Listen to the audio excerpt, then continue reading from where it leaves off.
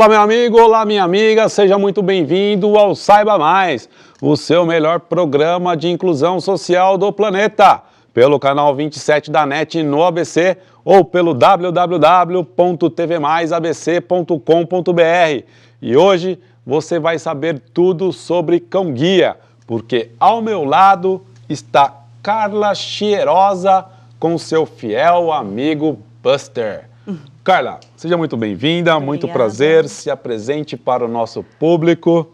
Sim, meu nome é Carla, eu sou de São Bernardo, tenho 23 anos e ando atualmente há um ano com o Buster, que é o meu cão-guia. Muito bem, novinha, 23 anos, estudante de Direito. Isso. Já há quanto tempo com o Buster, Carla? Um ano. Já está um ano com ele. Sim, um ano. Ele E 4 meses. Como eu te apresentei aqui, né, para o nosso telespectador como o seu fiel amigo, é isso mesmo? É fiel? Sim, muito fiel e não só um amigo, né, mas é meu irmão, meu filho, meus olhos, né, uma extensão do meu corpo. Muito bem. Carla, vamos começar falando um pouquinho de você, né, da sua história de vida, o que aconteceu, qual o motivo da cegueira. Conta um pouquinho a sua história de vida desde lá de pequenininha, a sua família, onde você morava e até hoje, como é, o que aconteceu?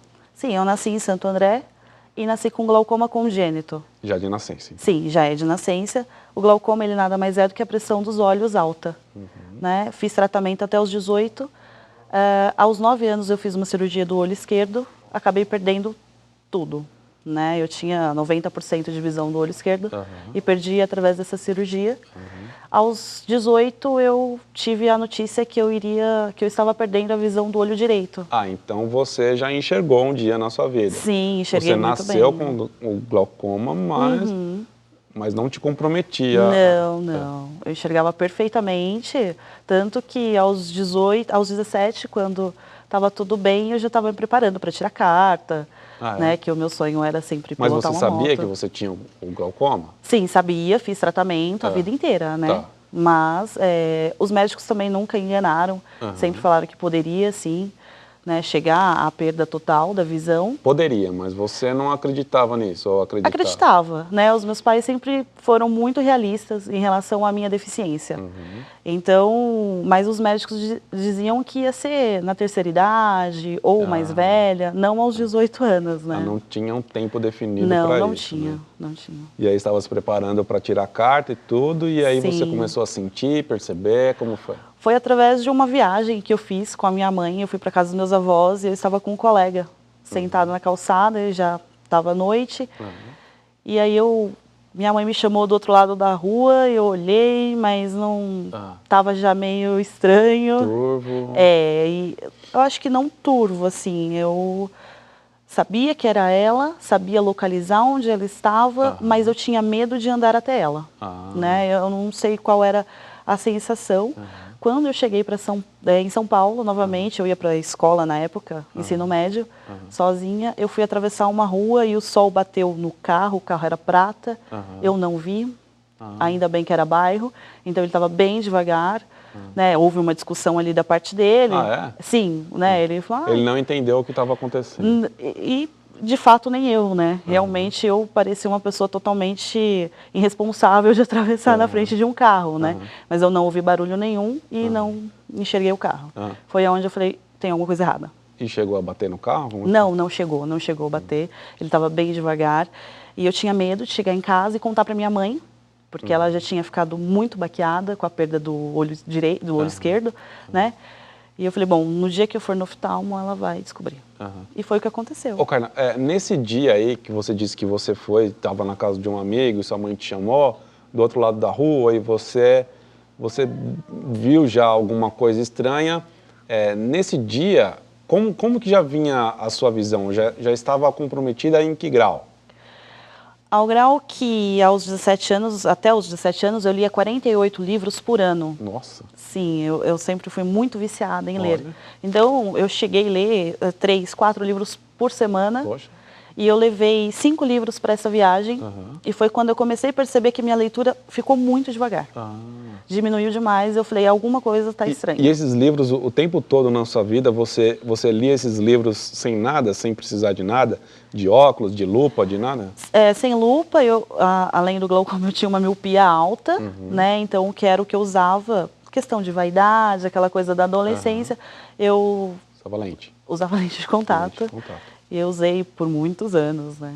Mas devido à miopia. E aí, como é que foi depois desse processo, depois do dia do quase acidente lá do carro prata? Daí como é que foi? Você chegou em casa, você ficou assustada, você ficou triste, você contou para sua mãe mesmo com medo, e depois dali o que aconteceu? Você precisou passar por cirurgia, precisou passar por adaptação, como foi, Carla? Não contei para minha mãe, eu realmente fiquei com medo da reação dela, né, porque eu já tinha vivenciado, né, a reação dela da visão esquerda e eu não queria passar de novo por aquela situação. Esperei a consulta, que também não estava muito longe daquela data, e foi quando o médico, né, o oftalmo, confirmou o que eu já imaginava, e foi muito legal a confirmação, porque assim... Legal. Porque assim, quando você sabe por você, você tem uma reação. Para mim, ok, eu estou perdendo a visão. Não tive nenhuma tristeza, eu acho que eu fiquei um pouco desesperada por causa dos livros, mas também nada, assim, ao ponto de ficar em choque, né? Em depressão? Em depressão, não. E quando eu cheguei na próxima semana ao oftalmo e ele falou, Carla, você está perdendo a visão, foi aonde parecia que, caramba, eu realmente estou perdendo a visão. E aí foi aonde você desmorona, porque você... Ele precisou te falar para cair a ficha. E aquela coisa de, e agora? Eu estou terminando o ensino médio, eu tinha vontade de fazer uma faculdade de Direito, porque sempre foi o meu sonho. E agora, o que eu faço com a minha mãe? Né? E aí ele conversou comigo primeiro. Ele disse, você tem duas opções. Ou você vai perdendo aos poucos, ou você faz uma cirurgia. Eu optei por perder aos poucos e não quis fazer a cirurgia, porque era um risco de perder na mesa, né? Então eu falei, bom, é 50% de chance de ficar com essa visão, não ia melhorar, mas 50% de chance de perder o resto. Então eu prefiro... Mas a cirurgia te favoreceria em alguma coisa? Sim, a não perder o resto. Ah, tá. Ela ia estabilizar ou ia perder? Isso. Então eu... E aí, no ponto que você estava, você achava que já não compensaria mais? Compensaria porque eu ainda estava enxergando bem. O que estava acontecendo com a minha visão era o seguinte, eu enxergava um degrau, ok, ele está a 3 metros de distância. E não, ele estava a 2 metros de distância. Então eu ia colocar água no copo... A noção espacial, né? Eu enxergava o copo mais para a esquerda do que para a direita. E isso foi me incomodando muito, né? E, então, assim, era uma visão válida, porque eu não estava precisando de ajuda ainda, auxílio nenhum, de bengala, de nada, né? Então, era uma porcentagem boa de visão. Mas eu preferi ir perdendo aos poucos do que perder tudo numa mesa de cirurgia. E você acha que é pior, Carla, para uma pessoa que sofre um acidente, por exemplo, uma invasão no rosto, né, nos olhos, e ela perde a visão da noite para o dia, assim, você acha que é pior esse tipo de aceitação do que ir perdendo gradativamente para você ter um tempo, né, de se aceitar, de se adaptar? Você acha que seria pior essa condição de perder de uma vez? Sim, eu acredito que sim, porque eu tive tempo de me adaptar, de aceitando aos poucos. De aceitando, de ir preparando a família, porque eu acho que para o deficiente em si não é tão difícil. Hoje eu acredito que é muito mais difícil para a sua família, né? Você aceita, ok, não tem o que fazer. A sua família, eles querem mover o mundo para que aquilo mude, né? Então, sempre você teve todo o apoio da sua família? Todo o apoio. Sempre? Todo o apoio, sempre. Claro que a mãe é mais protetora, então por ela eu jamais sairia sozinha, eu jamais né, aprenderia a andar de bengala, eu jamais pegaria um cão-guia, né? Então para ela, com certeza, é muito mais difícil. E isso foi você que foi aos poucos querendo querendo os seus direitos, querendo ser independente, querendo seguir a vida. Isso você foi lutando com sua família para isso, para conseguir o seu espaço? Eu digo que eu cheguei a brigar dentro de casa. Porque ela tem uma carinha de mimadinha, né, gente? Vamos combinar, né? Como assim? Não, eu cheguei a brigar dentro de casa por essa questão. Né? Eu comecei a fazer orientação mobilidade, que é o OM, Braille. Eu achei interessante aprender. Lógico que depois que você vê a prática, você fala, eu não vou ler um livro em Braille. Não? Não, porque é muito difícil, né? Você já não tem tanta sensibilidade. Então é um treino muito maior do que uma pessoa que nasceu cega, né? Aí volta lá, continua falando daquele processo lá de fazer o treinamento de mobilidade. Sim, e aí você lutou com a sua família? Porque minha mãe não aceitava, né? Então, quando eu entrei na escola, eu cheguei nela e falei, olha, eu preciso de ajuda. Eu preciso começar a andar com as minhas próprias pernas. Ela falou, ok, eu vou te ajudar. Porque senão você ia ficar dentro de casa sem fazer nada, né, cara? Sim. Não, né? Só que assim, enquanto a van da escola onde eu estava fazendo me levava e me buscava, tudo bem, ok, eu estou indo trabalhar tranquila. O momento que eu comecei a fazer amizade com pessoas cegas e essas pessoas começaram a frequentar em casa, e aí eu liguei para ela no serviço, eu falei, mãe, eu estou saindo. Como assim? Seu pai está indo te buscar? Não, eu estou saindo com um amigo meu cego. Ela, pelo amor de Deus, não faz isso. Mãe, não adianta, eu estou indo. E ela entrou em choque, tudo bem, eu cheguei totalmente arranhada, destruída em casa. Né? Foi a minha primeira experiência, deu nervoso, claro, mas eu falei, não, eu não posso desistir agora. Né? E quando eu pedi a bengala, que eu acho que é o primeiro sinal de independência de um cego, é a bengala, né? Ela falou, eu não quero ver você andando com isso. E você nunca pensou, Carla, em desistir, em falar, não, vou ficar por aqui, que é o que minha família quer mesmo? Você nunca pensou nessa possibilidade, nessa hipótese? Você sempre quis seguir em frente para ser feliz, para viver e para fazer parte da sociedade? Nunca pensei em parar, porque assim, a gente infelizmente não tem pai e mãe para sempre. Né? E família, até que ponto que vai ajudar? E o que me motivou foi um dia que eu falei para minha mãe, mãe, eu preciso ir ao shopping. Ela falou assim, quando der, eu te levo. Quando der. Quando der. Eu falei, opa, tem uma coisa errada, porque eu queria ir agora, né? E aí eu falei, não, então eu quero ter minha independência, se eu quiser sair agora, eu, né, ter essa liberdade de poder sair agora. E então, assim, eu sempre quis, claro que não é fácil, não é. Principalmente quando você não se aceita, né? Eu tive muito problema com a bengala, a cegueira, ok, mas a bengala eu não aceitava. Eu achava feio, eu não queria andar com aquilo, porque parecia que o mundo inteiro estava olhando para mim, e de fato eles olham. No começo é assim mesmo. Né? Então eu tive muito problema com a bengala, porque assim, o dia que eu descobri que eu estava perdendo a visão foi muito interessante, porque eu entrei no consultório e estava saindo uma moça, que hoje é minha amiga, e ela estava acompanhada com o guia dela. Eu entrei no oftalmo, falei para o meu médico, olha, eu quero um cão-guia, como eu faço para conseguir? Muito bem. Carla, a gente vai falar do cão-guia, do Buster e da sua relação com ele e de tudo que envolve um cego com cão-guia agora no segundo bloco. E a gente vai para um breve intervalo então, depois a gente vai conhecer muito mais sobre tudo isso. Ok.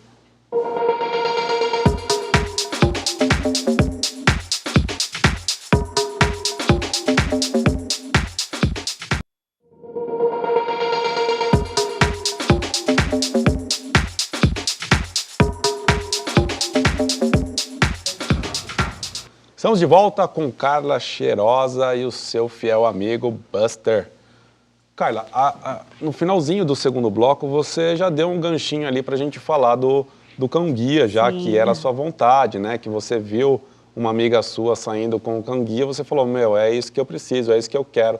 E foi daí que nasceu a vontade, e aí depois, quanto tempo demorou para chegar o Buster na sua vida? Foi do primeiro dia que eu descobri que eu ia ficar cega. Eu vi, achei legal, legal, ela andando com um cachorro, não tinha conhecimento nenhum desse mundo cegal, principalmente de cão-guia, nunca tinha visto um, né? E eu comecei a procurar, como eu passo na mesma clínica a vida inteira, há 23 anos, eu já tinha amizade com o pessoal lá, eles conseguiram o telefone dessa pessoa, que depois, mais tarde, eu fui descobrir que o marido dela também tinha cão-guia. Eles entraram em contato comigo e começaram a me explicar.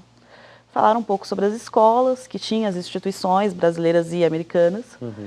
Eu comecei a pesquisar porque eu falei, é muito sério, né? A minha vida nas patas de um cão. Sim. Como assim, né? Então, eu pesquisei muito. E você achou que resolveria parte dos seus problemas com o cão-guia? Eu achei que resolveria a parte estética. A partir do momento, no primeiro momento... Só para tirar a bengala? Era muito mais bonito você ver uma pessoa com um realmente cachorro... um cachorrinho é mais bonitinho que uma do bengala. que uma bengala. Então, no primeiro momento, eu pensei nessa parte, nessa questão estética. Olha que loucura, né? Loucura. E aí, quando eu cheguei para minha professora... Até que a gente, desculpa te interromper, cara, porque até que a gente não vive um problema, a gente não sabe dele, né? Não sabe, exatamente. Quando eu procurei minha professora de orientação mobilidade e falei para ela, eu quero um cão-guia, ela falou, ok, mas você precisa ter orientação mobilidade, ou seja, você precisa andar de bengala. Eu falei, imagina, ela tá louca. Tem todo um processo envolvido, não é simples, né? Vou ter um cão-guia, pegar o cachorrinho vira-lata que apareceu ali na rua, põe a coleira nele e falar, vem cá, você vai ser meu cão-guia. Não é assim, né? Então, para te explicar, para você entender como é que funciona um cão-guia, a gente vai rodar um VT agora. Após 3 semanas de treinamento intensivo no campus do Instituto Federal Catarinense, em Camboriú, o fisioterapeuta Sidney Pavese já pode ser visto andando pelas ruas de Brusque na companhia de Braille, o seu cão-guia. A partir de agora, Sidney e Braille andarão sempre juntos, já que o cachorro da raça Golden Retriever será os olhos do brusquense, que é cego total desde os 14 anos. A fase final do treinamento, que iniciou no mês de junho, aconteceu nesta semana com a familiarização de Braille com a rotina de Sidney. Um instrutor e um professor do IFC acompanharam durante toda a semana o dia a dia da dupla, fazendo com o cão os principais trajetos do fisioterapeuta pela cidade. Braille pode mapear até 700 locais. Sidney caminha ao lado de Braille e, como conhece bem o trajeto, dá os comandos sobre onde quer chegar. A missão de Braille é evitar que o fisioterapeuta caia em armadilhas que surgem no meio do caminho, como postes, buracos, poças de água e outros obstáculos rotineiros. Assim que avista o perigo, o cão para e direciona o dono para um caminho seguro. Primeiro cão-guia de Brusque, Braille chama a atenção por onde passa, mas é importante não distraí-lo, já que toda a atenção precisa ser voltada para guiar Sidney em segurança. É imprescindível que as pessoas lembrem que isso é um cão de trabalho, que ele é um cão, o Braille é um cão de trabalho e ele precisa ser respeitado como tal. Então, não tocar, não chamar atenção, não assoviar, não estalar os dedos, porque isso vai atrapalhar o Sidney, vai atrapalhar o processo deles de segurança, né? O Braille vai ficar desatento com alguma coisa que uma pessoa faça e vai perder a concentração em alguma coisa muito importante na hora para eles. Então é imprescindível que a comunidade entenda que é um cão de trabalho, não é um cão de companhia. Ele está fazendo um papel imprescindível para ele, é a extensão dele hoje, né? Então isso é necessário que seja respeitado. Uma lei federal de 2005, regulamentada em 2006, prevê que a pessoa com deficiência visual usuária de cão-guia tem o direito de ingressar e permanecer com o animal em todos os locais públicos ou privados de uso coletivo, como lojas, restaurantes, ônibus, hospitais, entre outros. Para garantir que o seu direito seja respeitado, Sidney anda sempre com a carteira de identificação do cão, válida em todo o território nacional. Na primeira semana de Braille em Brusque, a receptividade da população foi sempre muito positiva. Para Sidney, os primeiros dias guiados pelo cão têm superado as suas expectativas. A felicidade nossa de pegar esse cão é que ele vai me proporcionar essa facilidade no ir e vir e principalmente para conscientizar a população brusquense quanto ao uso da ferramenta de um cão-guia, né? Que antes o pessoal me via de bengala e sabia que eu era deficiente visual. Agora vão me ver com o cão e vão dizer, meu Deus, será que eu vou enxergar? Como é que é esse negócio? Não, é um cão-guia. Então isso que a gente tem que conscientizar, porque é isso que mais me preocupa. Antes me via com a bengala na estrada, parava-se o trânsito porque era cego. Agora vai me ver com o cão, eu vou dizer, não, é um cara passeando com o cachorro, entendeu? Então isso é a nossa preocupação de conscientizar a população. A gente andar de bengala e andar com o cão é outra vida. Eu nunca pensei que ia dizer isso, entendeu? Porque a desconfiança que eu tinha dele já está desaparecendo, ele me fazendo isso. Eu procurar sempre o melhor lugar, sempre a segurança e sempre com cuidado. A felicidade com o Braille, por enquanto, plena. Sidney e Braille já são inseparáveis. Para eles, o ditado popular que diz que o cão é o melhor amigo do homem nunca fez tanto sentido. Muito bem, Carla, por meio do vídeo a gente já teve bastante informações de como funciona um cão-guia. Sim. E aí na cidade de Brusque, em Santa Catarina, o nome dele é Braille, né? Ele é o primeiro cão-guia de Santa Catarina. Você me disse aqui, por trás das câmeras, aqui nos bastidores, que no grande ABC só tem 6. Por que essa dificuldade, Carla? Porque o cão-guia hoje no Brasil, ele tem um custo muito alto. É caro, né? Também. Um cão-guia, um treinamento do cão-guia, deixar bem claro que esse valor não é pago pelo deficiente. Cão-guia que é cão-guia de verdade, não é vendido. Eles são todos doados. Ah, tá? Que bacana. Você não teve custo nenhum, então. Não tive custo nenhum com o cão. O Buster foi doado pelo Instituto Íris, que é o Instituto... A gente, inclusive, tem, daqui a pouco a gente vai soltar um videozinho um VTzinho do Instituto Íris para você entender os números e como é que funciona. Sim, hoje um cão-guia custa em cerca de 30 a 60 mil dólares. Nossa! Então, por isso que é muito complicado, né? Então, hoje, no Brasil, a gente tem cerca de 100, no máximo 150 cães-guias treinados e entregues, né? É um número muito pequeno. Sim. Mas vale a pena todo esse investimento dos institutos para poder proporcionar isso para uma pessoa cega, Carla? Vale a pena? Vale. Vale. Eu fiquei 3 anos na fila esperando, né? E valeu cada dia, cada hora, cada noite sem dormir, pensando onde será que andam meus olhos. Muito bem. Né? Carla, eu queria saber 2 coisas de você relacionadas ao cão-guia. O Buster, quando o Buster é cão-guia e quando o Buster é cachorro na sua vida? Bom, o Buster, quando é cão-guia, ele eu falo que ele é mais responsável do que eu. Mas em que momento ele é um, em qual momento ele é outro? E ele sabe disso? Ele sabe quando... Ele sabe diferenciar muito bem. É onde eu falo que ele é muito mais responsável do que eu. Né? Então, em casa, ele é um pet, claro, com regras.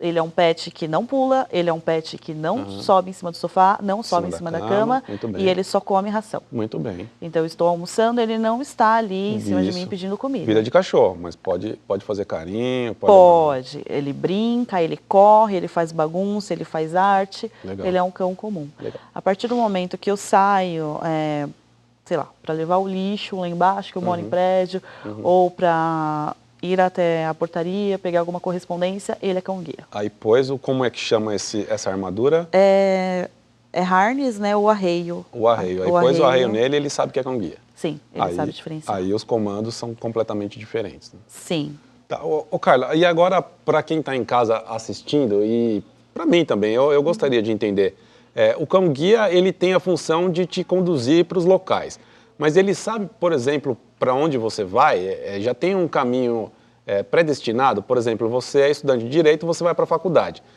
Na hora de ir para a faculdade, ele já sabe o caminho que ele tem que fazer para você ir para a faculdade?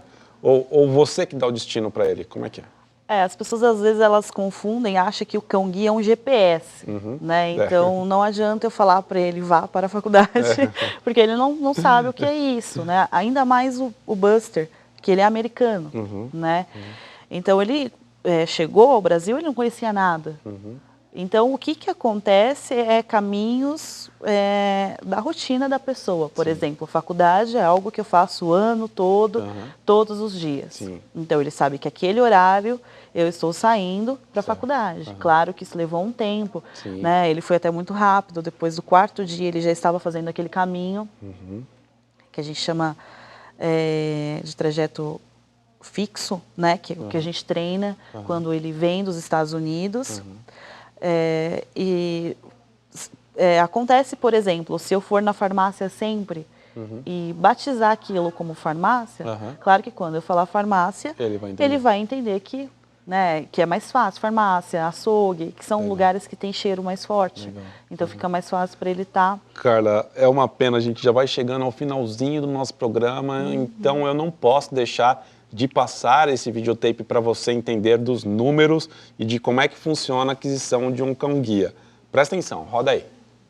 O Íris Cão Guia é uma instituição sem fins lucrativos dedicada a doar cães-guia para pessoas com deficiência visual no Brasil. Fazemos isso há 12 anos com muito empenho, buscando apoio e recursos que viabilizem o treinamento e a entrega gratuita dos cães a pessoas com deficiência visual. Visando diminuir a espera por um cão-guia, estabelecemos uma parceria com a Leader Dogs for the Blind, escola americana conhecida pela excelência no treinamento de cães-guia. Nesse momento, um grupo de 4 brasileiros está prestes a receber treinamento com seus cães. Para isso, contamos com sua ajuda. Por meio do sistema de crowdfunding, podemos acelerar o processo de treinamento e doação de cães-guia no Brasil. Os recursos serão utilizados em passagens aéreas, hospedagens e custos de treinamento. Os cegos vão ficar nos Estados Unidos por 1 mês. Para se ter uma ideia, serão gastos R$ 69.120 com passagens, estadias e alimentação. R$ 14.400 com seguros necessários, R$ 70.080 em treinamento de 4 duplas, R$ 7.500 com projeto de divulgação, R$ 24.072 com o projeto do Catarse, totalizando R$ 185.172. Existe hoje, no Íris, uma lista com cerca de 1.500 pessoas querendo receber um cão-guia. Em todo o Brasil, estima-se haver menos de 100 cães-guia circulando pelos centros urbanos. Portanto, sua contribuição vai ajudar muito a reduzir essa diferença, além de proporcionar uma vida nova a pessoas com deficiência visual, com mais autoestima, segurança e mobilidade. Vamos juntos fazer essa iniciativa ir mais longe do que os olhos podem ver. Colabore aqui e faça a diferença.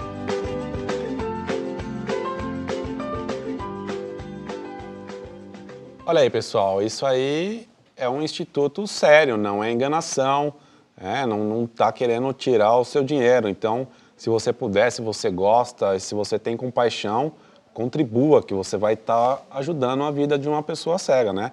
É o Instituto Íris, é só procurar eles lá e por crowdfunding, né? Você faz a sua doação e vai beneficiar quem precisa de um cão-guia. Carla, infelizmente a gente vai chegando ao finalzinho do nosso programa. O papo tá uma delícia, é uma pena, teria assunto para mais meia hora, mais 2 horas, mas agora então a gente tem tempo. Eu gostaria que você só me dissesse quais os seus sonhos daqui para frente. Você é estudante de Direito, está namorando, ou Carla pretende se casar, ter filhos, construir sua família. Quais seus sonhos e deixa um recado para o nosso telespectador. Bom, sonhos, né, profissionais aí é terminar minha faculdade de Direito, exercer a profissão, né, e se realizar mesmo como advogada e penal, que é o que eu gosto, é a área que eu quero seguir. Não estou namorando, atualmente solteira, mas pretendo sim casar, ter filhos. Eu acho que é o sonho de qualquer mulher. É o que todo mundo espera, Com né? certeza. Carla, muito obrigado então pela sua participação. Eu que agradeço. Eu vou deixar o contato da Carla para quem quiser trocar ideia com ela, saber mais sobre cão-guia.